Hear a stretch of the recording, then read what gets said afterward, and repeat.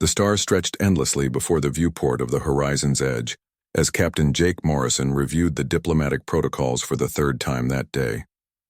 His crew had trained for 6 months for this moment, humanity's first official meeting with the Zelthari Empire. The Galactic Council had assured Earth that this would be a peaceful exchange, a chance for the newest species to prove they belonged among the stars. Jake walked through the corridors of his ship, nodding to crew members who snapped to attention. His pilot, Lisa Grant, was running final checks on the navigation systems. In engineering, Danny Walsh hummed while calibrating the power distribution networks. Dr. Sophie Turner organized medical supplies in the bay, though she doubted they would need them. Greg Hamilton stood at his tactical station, monitoring the approach vectors of their 2 escort ships. Humanity had only been part of the Galactic Council for 8 months. Earth was classified as a Class 12 Deathworld, a planet so dangerous that most species wondered how humans had survived long enough to develop space travel. The gravity was crushing by galactic standards, the weather unpredictable and violent, and the entire ecosystem seemed designed to kill anything that moved. Other species came from gentler worlds with stable climates and peaceful herbivores. The Zelthari were different. They were reptilian, standing nearly 8 feet tall with scales that shimmered like oil on water. Their empire controlled vast territories in the outer rim, and they had a reputation for being aggressive traders and skilled warriors.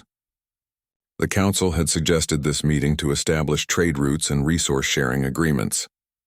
Jake hoped it would go smoothly. When the Zelthari flagship appeared on their sensors, it was massive, easily 3 times the size of the horizon's edge. 2 more warships flanked it, their weapon systems clearly visible even from a distance.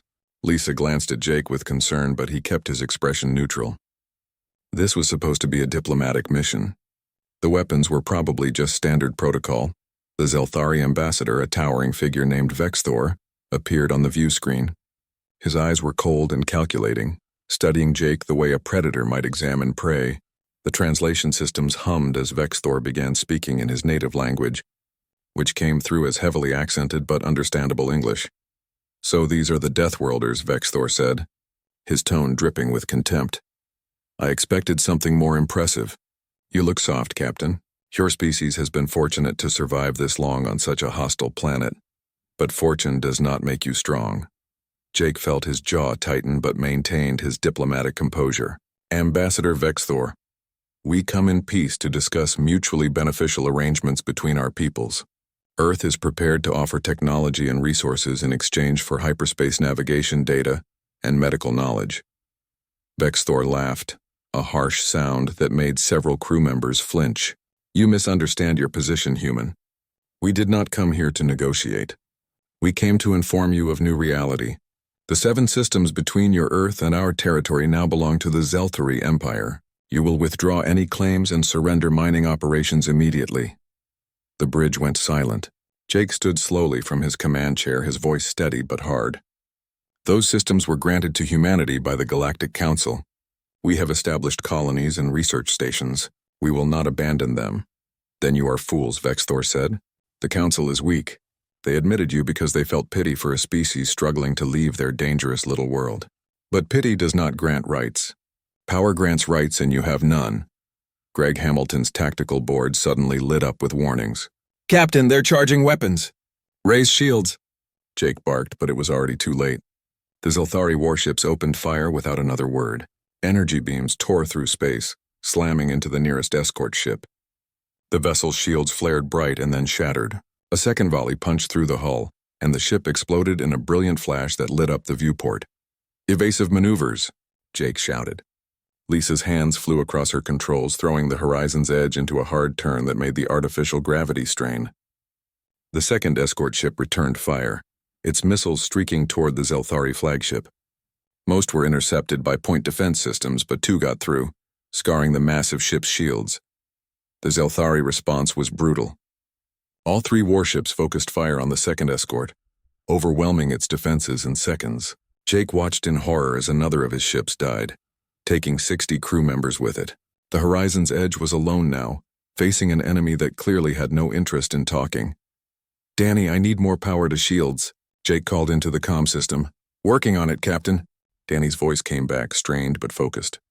But we're not built for this kind of fight. Jake knew that. The Horizon's Edge was an exploration vessel with minimal weapons. They had been sent here for diplomacy, not war. But the Zelthari had made their choice, and now humans had to survive it. Greg launched everything they had, missiles and kinetic rounds that hammered against the Zelthari shields. It was like throwing rocks at a mountain. The enemy ships barely slowed their advance. Energy beams raked across the Horizon's Edge, and the ship shuddered violently. Alarms blared as systems failed across multiple decks. Hull breach on Deck 3. Sophie's voice came through, urgent but controlled. "I'm sealing the section now." Jake's mind raced through options.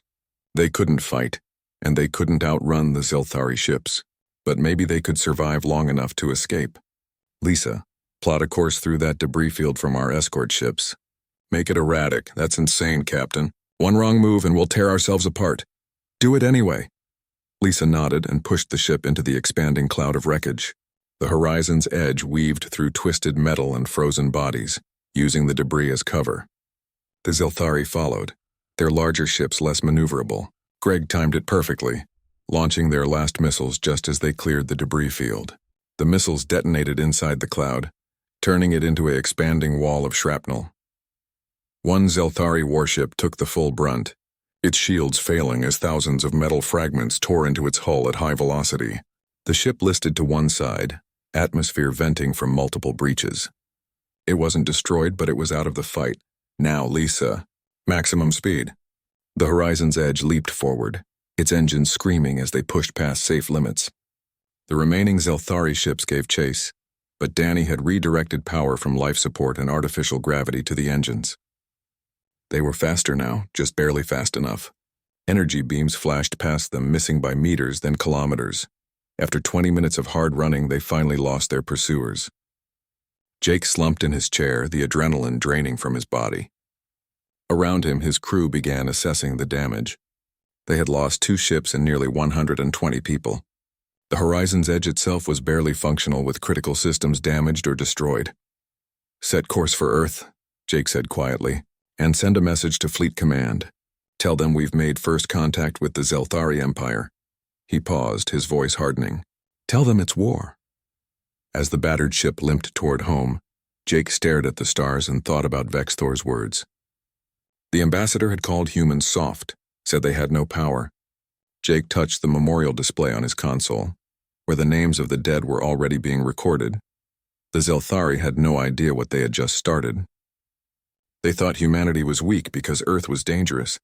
They didn't understand that Earth's dangers had forged something the galaxy had never seen before: survivors who refused to quit, fighters who thrived in chaos, apex predators who were about to remind the universe why you don't pick fights with deathworlders. The war had begun, and humanity was coming. The emergency broadcast reached every corner of Earth simultaneously. President Marcus Reeves stood before the cameras in the United Nations Assembly Hall, his face grave but determined. Behind him, representatives from every nation sat in tense silence as he delivered the news that would change humanity's future forever.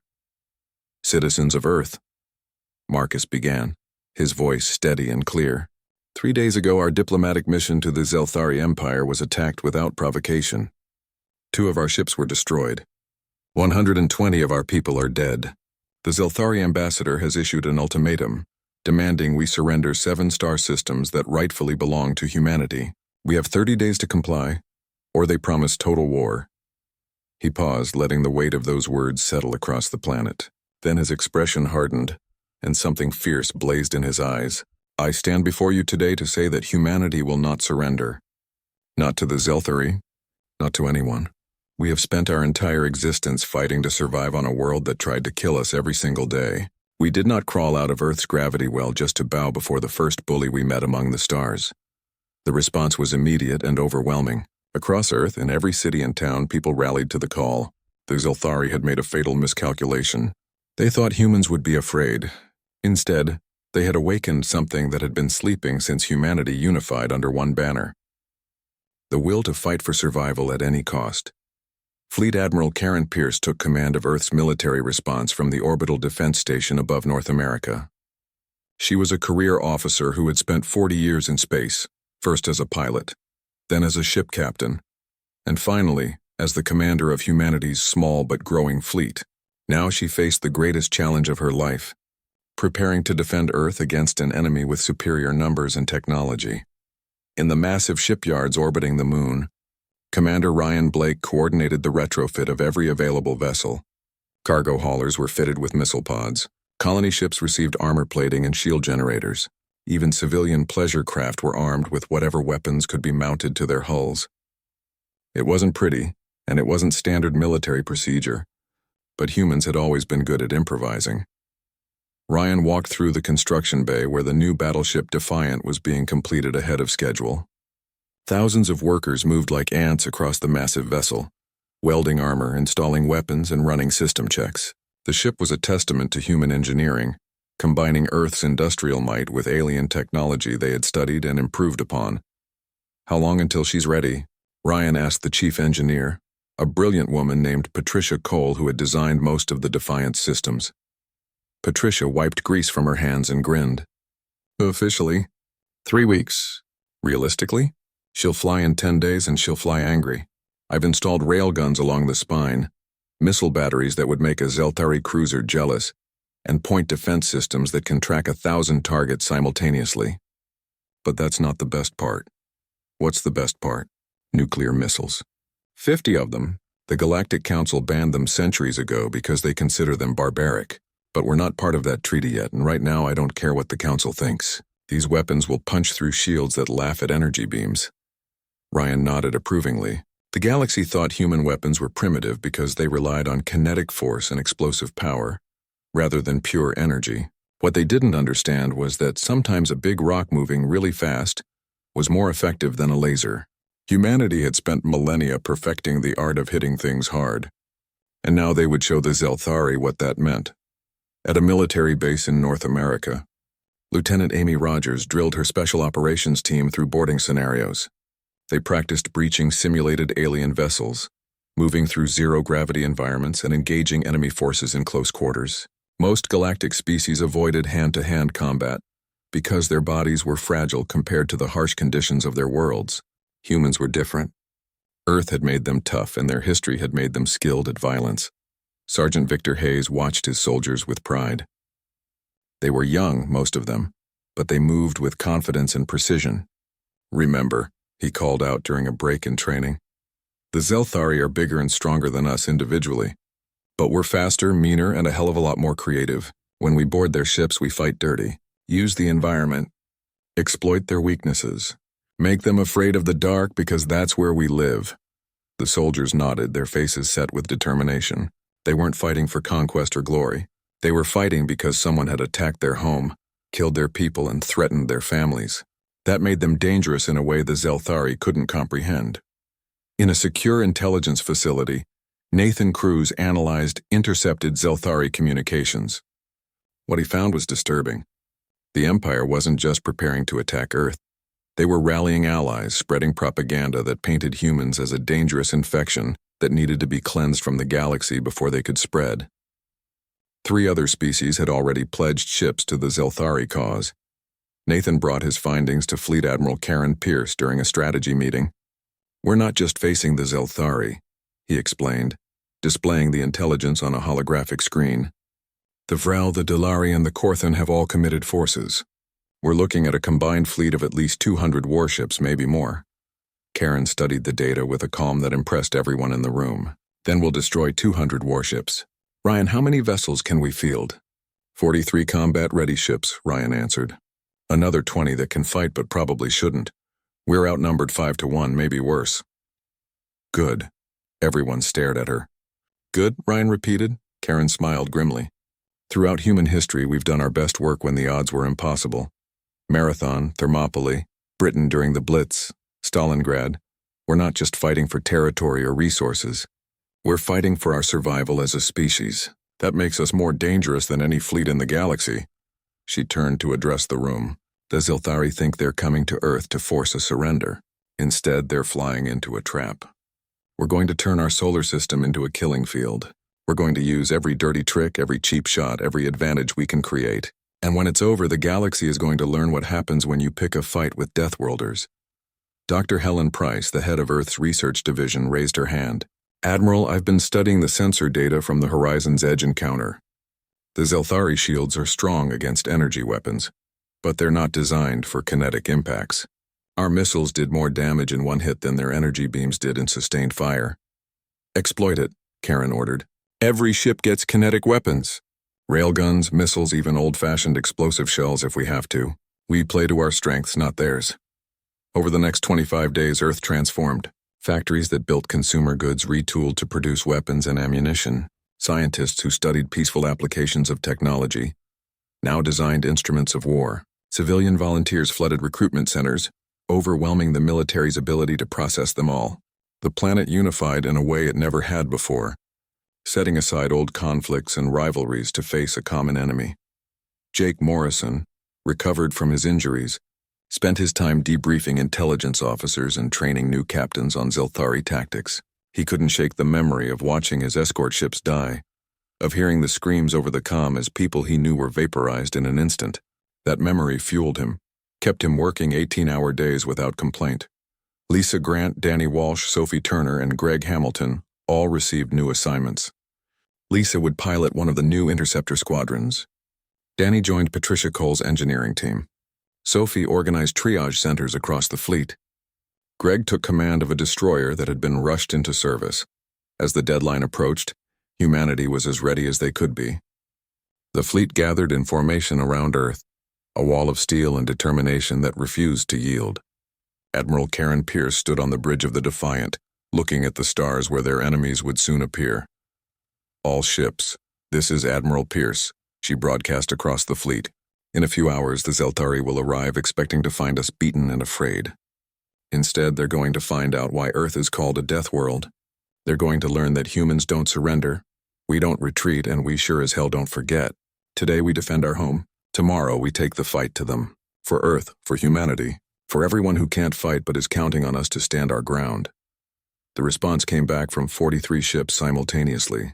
For Earth, Nathan Cruz picked up a massive energy spike on the edge of the solar system.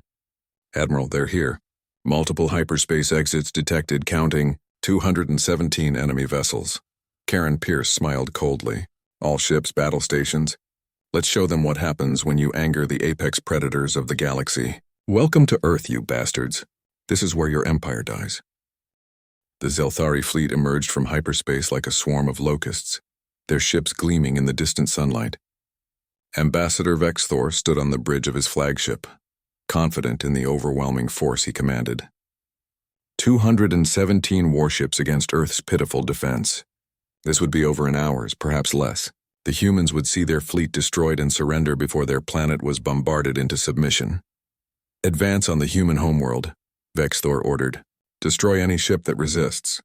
Prepare landing forces to occupy their major cities. Today, the Deathworlders learn their place. The fleet began its approach, expecting to encounter scattered resistance near Earth's orbital stations. Instead, the first wave ran straight into the asteroid belt, which had been suspiciously quiet on their sensors. That was because Ryan Blake and Patricia Cole had spent 3 weeks turning thousands of asteroids into mines. The trap was simple, but devastating. As the Zelthari vanguard entered the belt, precisely timed explosives detonated across hundreds of rocks, sending them tumbling into the fleet's path. The asteroids had been fitted with small thrusters, allowing them to adjust course and accelerate. Each rock weighed thousands of tons and moved at speeds that made them essentially unstoppable.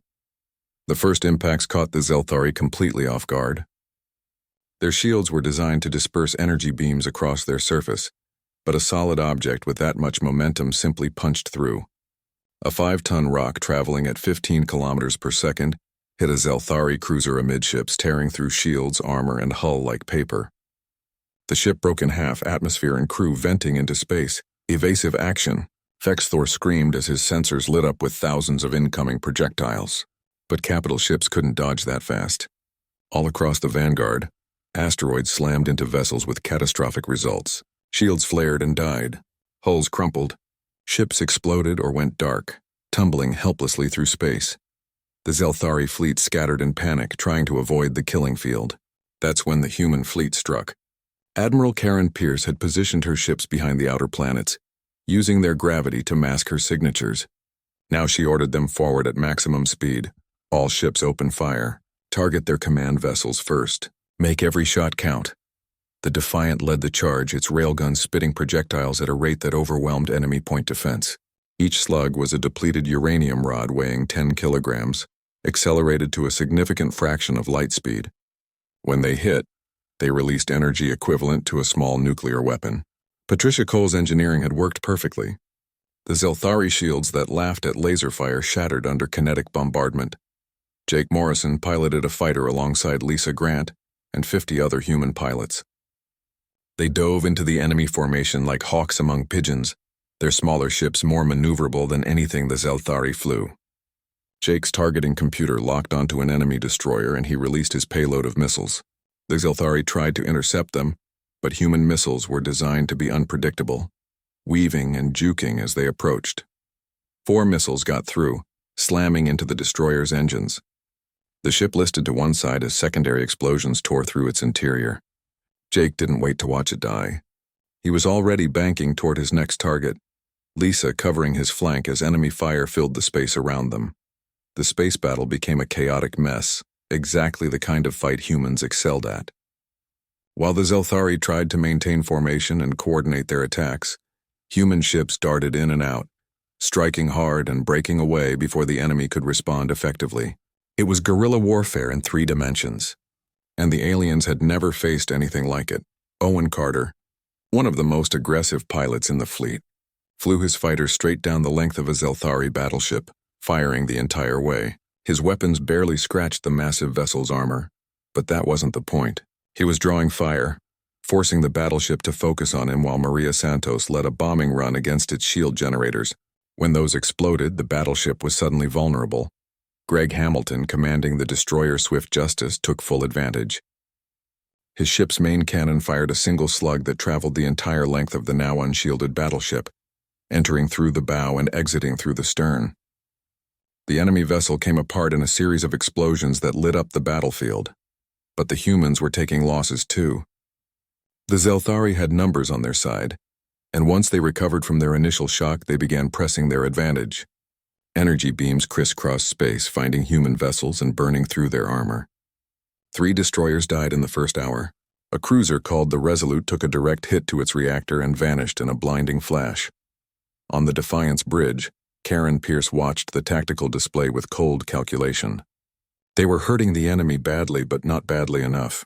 The Zelthari were pushing through, accepting terrible losses to reach Earth.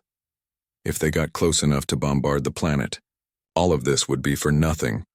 "Danny," Karen said into her comm, "I need you to give me everything the engines have. I don't care if it burns them out. We need to get between that enemy battle group and Earth." Down in engineering, Danny Walsh was already working miracles, keeping systems running that should have failed 10 minutes ago. "Admiral, if I push the engines any harder, we'll be flying a bomb, not a ship. Then we'll be a bomb. Do it." The Defiant surged forward, its engines screaming as they exceeded every safety limit. Karen aimed her ship at the largest concentration of enemy vessels, the ones trying to break through toward Earth. "All batteries. Continuous fire. Don't stop shooting until we're out of ammunition or dead."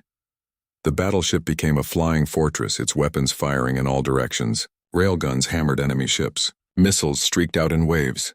Point defense systems shredded incoming fire. The Defiant took hit after hit, armor peeling away, systems failing, but it didn't stop. It couldn't stop. On Earth, the Zelthari had managed to land forces in 3 locations.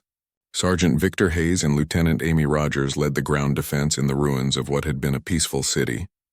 The Zelthari soldiers were 8 feet tall, stronger than humans and equipped with advanced armor and weapons. They should have dominated the battlefield. Instead, they walked into a nightmare. The humans had turned the entire city into a trap. Buildings were rigged with explosives. Streets were mined. Every window potentially hid a sniper. The Zelthari, trained for open warfare, found themselves fighting an enemy that struck from shadows and vanished before they could respond. Victor's squad ambushed a Zelthari patrol in a narrow street. The aliens tried to return fire, but their weapons were designed for long-range engagements. In the cramped urban environment, humans with shotguns and grenades had the advantage. The patrol was wiped out in seconds, the soldiers moving on before reinforcements could arrive. Amy coordinated the defense from a command post deep underground. She watched dozens of screens showing feeds from throughout the city. Every time the Zelthari concentrated forces, she directed human units to hit them from unexpected angles. Every time they tried to advance, they found their path blocked or collapsed. The aliens were learning a hard truth that Earth's own history had taught many times. Technology doesn't matter much when you're fighting people on their home ground. People who know every building and street. People who have nothing left to lose. In orbit, the space battle reached its climax. The Zelthari flagship, battered but still functional, made a final push toward Earth. Vexthor was screaming orders, demanding his fleet press forward regardless of casualties. They had come too far to retreat now. The Deathworlders would submit or die. Ryan Blake, watching from the orbital defense station, made a decision. He opened a channel to the Defiant. "Admiral Pierce, I'm showing massive damage to your ship. You need to fall back." Karen looked around her bridge. Half her crew was dead or wounded. Sophie Turner worked frantically in medical, trying to save people faster than they died. The ship was barely holding together, and another direct hit would finish them. She looked at the tactical display, at the enemy flagship pushing closer to Earth. "Negative," she said calmly. "I'm right where I need to be. Ryan, get ready to take command of the fleet. Tell the President that Earth is in good hands." Before Ryan could respond, Karen cut the channel. She turned to her helmsman. "Full speed ahead. Ram the flagship. Admiral will be killed." "Yes, but we'll take them with us. All hands abandon ship. You have 2 minutes to get to escape pods." "That's an order." The bridge crew hesitated, then began moving. Danny Walsh appeared on the comm screen. "Karen, you can't do this alone." "I'm staying with the ship. Someone needs to keep the engines running." Sophie's voice came next. "I'm not leaving wounded behind. I'm staying too." One by one, the bridge officers made the same choice. They would see this through to the end. Karen felt pride swell in her chest even as tears stung her eyes. This was humanity. Not individuals, but something greater. A species that refused to quit even when death was certain. The Defiant accelerated toward the Zelthari flagship, which finally realized the danger and tried to turn away. But the human ship was faster, its dying engines pushing it forward with everything they had left. The news of Earth's victory spread through the galaxy like wildfire, and the reaction was shock followed by disbelief. The Galactic Council convened emergency sessions where representatives argued about what the human success meant. Some species, like the peaceful Centauri and the ancient Eldurians, offered congratulations and suggested opening diplomatic channels. Others, those aligned with the Zelthari or simply fearful of what humanity might become, pushed for sanctions or even expulsion from the Council. President Marcus Reeves addressed both Earth and the galaxy in a broadcast that would be remembered for generations. He stood in the ruins of a city that had been bombed during the invasion, surrounded by rubble and recovery teams pulling survivors from collapsed buildings. His voice was tired but firm. "We did not seek this war. We came to the stars hoping to find friends, partners, and teachers. Instead, we found enemies who saw our desire for peace as weakness. They were wrong, but now we face a choice. We can sit here licking our wounds and hoping they don't come back, or we can make sure they never have the chance." He paused, looking directly into the camera.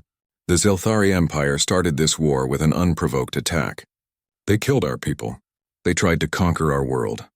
And then they ran home thinking distance would protect them. It won't. Humanity is coming for them. Not for conquest, not for revenge, but to end this threat permanently. We will accept surrender. We will show mercy. But we will not stop until the war is over." The offensive began within 2 weeks of the Battle of Terra. Ryan Blake, promoted to admiral after Karen Pierce's death, organized the human fleet into 3 strike groups. Each would hit different targets simultaneously, stretching Zelthari defenses thin and preventing them from concentrating their remaining forces. Jake Morrison received command of the new carrier Retribution, a massive vessel built from the salvaged remains of 3 destroyed ships. It was an ugly thing, all sharp angles and mismatched armor plating, but it carried more firepower than any ship humanity had ever built. His crew was a mix of veterans from the horizon's edge and new recruits eager to prove themselves. The Retribution's first target was a Zelthari supply depot in a system called Veldor. Intelligence from Nathan Cruz indicated it was a critical logistics hub, feeding equipment and ammunition to 3 different fleet bases. Destroy it, and the enemy's ability to sustain military operations would be severely compromised. Jake stood on his bridge as they dropped out of hyperspace at the edge of the system. Lisa Grant, now his chief pilot, coordinated the fighter wings. Danny Walsh had personally overseen the Retribution's engines and promised they would run perfectly.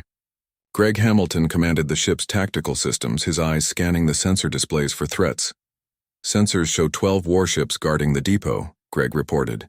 2 heavy cruisers, the rest destroyers and frigates. They're in defensive formation around the supply station. Standard Zelthari doctrine, Jake observed. They think superior firepower in a fixed position makes them safe. Let's show them why that's a bad assumption. Lisa, launch all fighters. Greg, target those cruisers with our long-range missiles. Let's see if we can shake them up before we close to gun range. The Retribution released a swarm of fighters that immediately spread out, making themselves difficult targets. Jake's missiles followed, 24 of them streaking toward the enemy formation.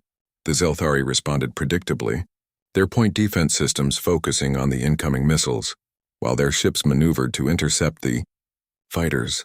That's when the human pilots showed why they were among the most dangerous warriors in the galaxy. They didn't engage directly. Instead, they split into small groups and attacked from multiple vectors, forcing the Zelthari to divide their attention. Owen Carter led a squadron in a high-speed run past the nearest destroyer, firing the entire way. The ship's shields held, but it had to turn to respond, breaking formation.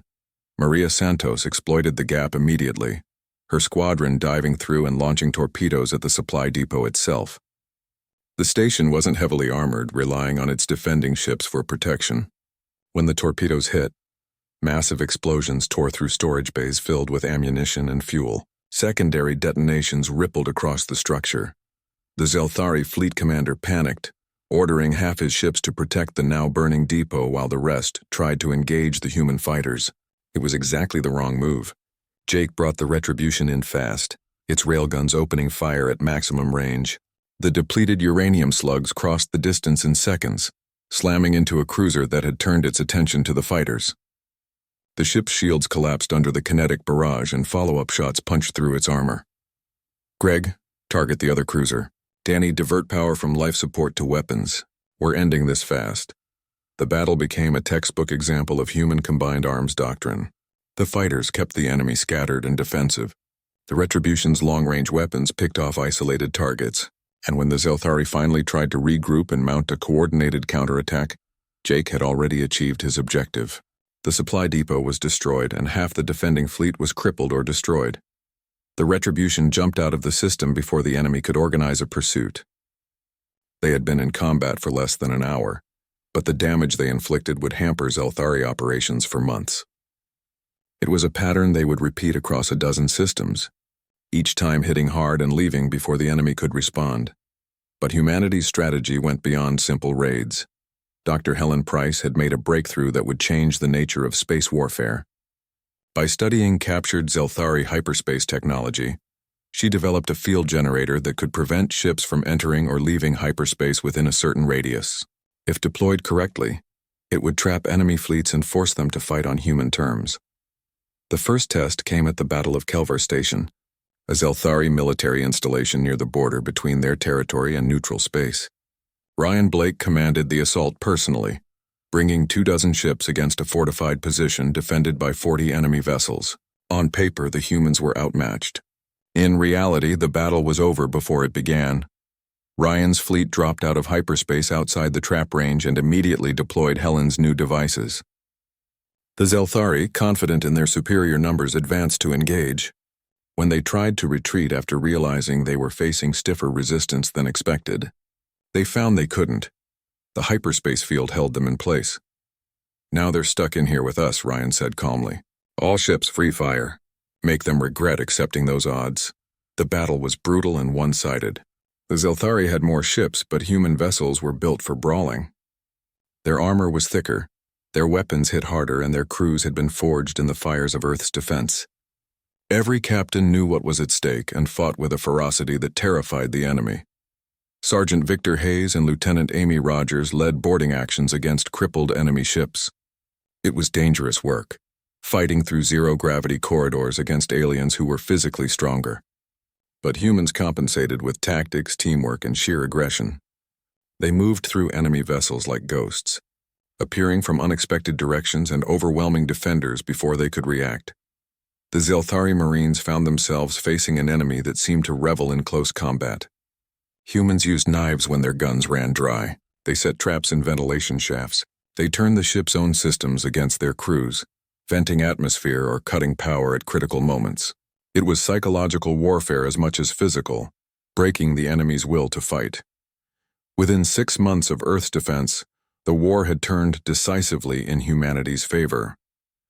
The Zelthari lost system after system, their fleets unable to counter human hit-and-run tactics or stand against them in direct combat. Their allies began questioning the wisdom of fighting the Deathworlders.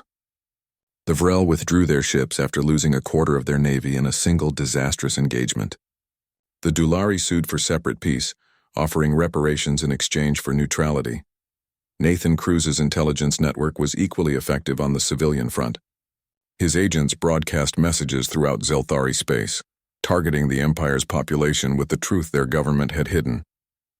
They told them how the war started with an unprovoked attack. They showed footage of human cities destroyed by orbital bombardment. They asked a simple question: was this worth it?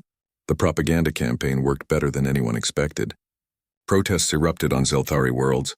Military recruitment numbers plummeted. Some colonies simply refused to send more troops or resources.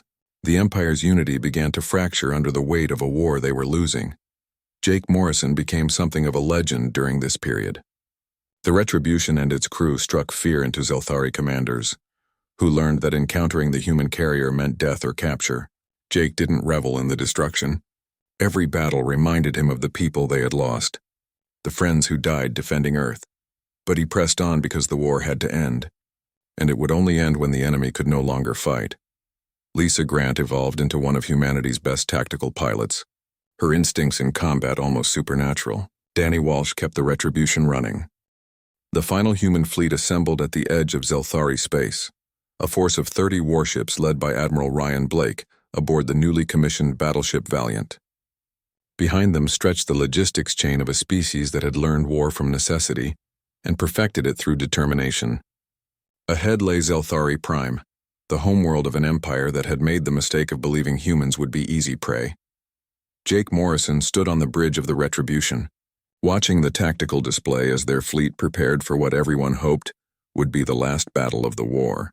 His crew was exhausted, running on determination and stimulants. They had been fighting for 8 months straight, never getting more than a few days' rest between operations. But they were ready for this, ready to end it. The Zelthari homeworld was defended by everything the Empire had left.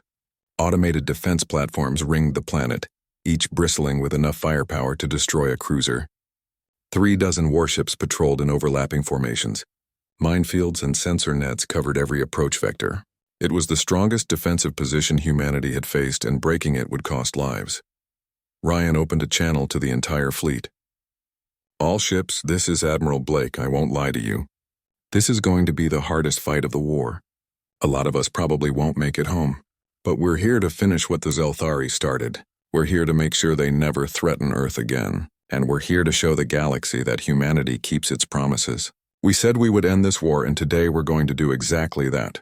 The fleet began its approach, moving in a formation that Patricia Cole had designed specifically for this assault. The ships were arranged in overlapping waves, each providing cover for the others while maintaining fields of fire on multiple targets. It was complex and required perfect coordination, but human crews had drilled on this maneuver for weeks. The Zelthari opened fire at maximum range, energy beams and missiles filling space with deadly light. The leading human ships took heavy fire, their shields flaring as they absorbed punishment that would have destroyed lesser vessels. But they pressed on, returning fire with their railguns and missile batteries. Owen Carter led the fighter assault, 300 human pilots diving toward the defense platforms. The automated systems tracked them with cold efficiency, point defense weapons creating a web of fire that nothing should survive. 20 fighters died in the first 30 seconds. But the rest pressed through, their pilots performing maneuvers that made the enemy targeting computers struggle to keep up. Owen's targeting system locked onto a defense platform, and he released his payload, 6 armor-piercing missiles that streaked toward the target. 5 were intercepted, but the 6th got through, punching into the platform's reactor. The explosion was massive, taking out 2 neighboring platforms in the chain reaction. "That's 1 down," Owen transmitted. 200 more to go. "Let's get to work, people." Maria Santos led another squadron against the enemy fleet, forcing them to split their attention between the approaching human capital ships and the fighters harassing their formation. It was exactly what Ryan needed.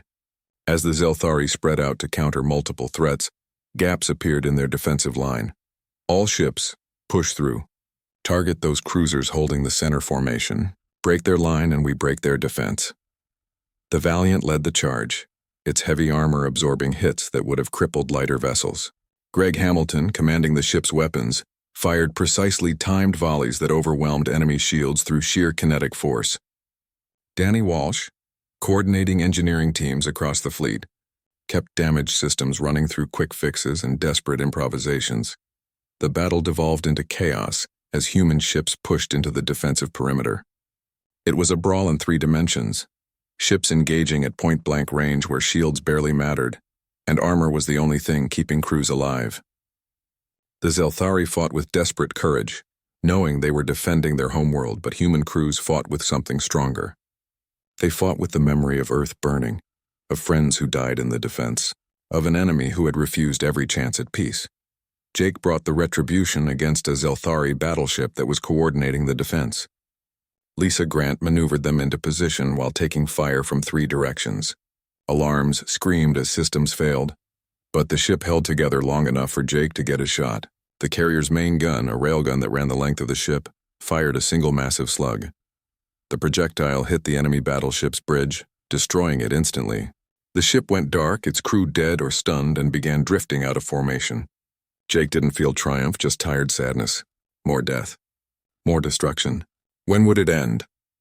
It ended when a message came through on all frequencies, broadcast from the surface of Zelthari Prime. The Emperor himself appeared on screens across both fleets, his reptilian features showing exhaustion and defeat. "Human forces, this is Emperor Calthex. I am ordering all Zelthari military units to cease fire immediately. We surrender. Please, no more death. We were wrong to attack you. We were wrong about everything. I am prepared to accept any terms you offer if you will stop the killing." The human fleet held fire, though their weapons remained locked on targets. Ryan Blake opened a direct channel to the Emperor. "Evacuate your orbital defenses and recall your ships to parking orbits. Any vessel that moves aggressively will be destroyed. We'll discuss terms once your forces stand down." Over the next hour, the Zelthari military complied. Ships powered down weapons and retreated to designated areas. Defense platforms went dark. The humans maintained battle stations ready to resume fighting if this was some kind of trick. But the Emperor's surrender appeared genuine. President Marcus Reeves arrived 3 days later aboard a diplomatic vessel escorted by the battered remains of the fleet. He had insisted on coming personally to negotiate the peace despite security concerns. The signing of the treaty would take place aboard the Retribution, a deliberate choice to remind the Zelthari where they were and what they had tried to do. Emperor Calthex came aboard with a small delegation, his bearing defeated but dignified. Marcus met him in the conference room that had been hastily set up in one of the carrier's cargo bays. Around the table sat representatives from across the galaxy. The Galactic Council had sent observers. Allied species that had helped humanity sent diplomats. Even the Eldurians had sent a representative, something they rarely did. "Emperor," Marcus began, his voice formal but not cruel. "Your empire attacked humanity without provocation, killed our people, and tried to conquer our world. By all rights, we could reduce Zelthari Prime to ash and take everything you have. But that's not who we are. We didn't come to the stars to become conquerors." He slid a document across the table. "These are our terms. The Zelthari Empire will surrender all territorial claims to the 7 disputed systems. You will pay reparations to human families who lost loved ones in the war. Your military will be limited in size and subject to inspection for 50 years. And you will accept human observers in your government to ensure you never start a war like this again."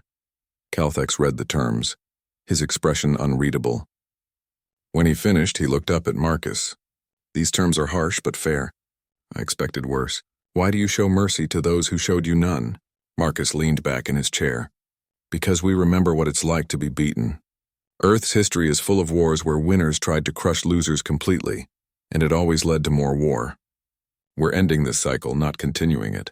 We want peace, real peace, where everyone can prosper, but make no mistake.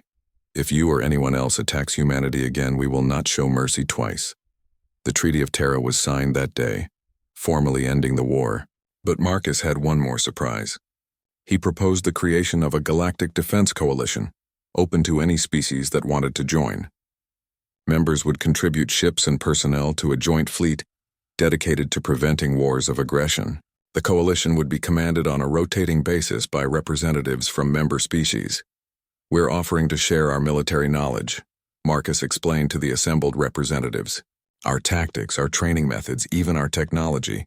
Not because we want everyone to be like us, but because we believe that strength shared is strength preserved. If the galaxy is protected by all of us together, maybe we can prevent future wars before they start. The response was overwhelming. 12 species immediately signed up to join the coalition. Others requested time to consult their governments but indicated strong interest. The Zelthari surprisingly asked to join as well after their mandatory restriction period ended. They had learned the hard way what humanity already knew. Peace was precious and worth defending. 3 months after the treaty signing, Jake Morrison stood in a memorial garden on Earth. It was a beautiful place, with trees and flowers from across the planet surrounding a wall where names were carved. Names of everyone who died in the war. He found the section for his original crew, running his fingers over the letters. So many good people gone. Dr. Sophie Turner joined him, walking with a slight limp from injuries she sustained during the Battle of Terra. They stood in silence for a while, just remembering. Finally, Sophie spoke. Do you think it was worth it? All this death?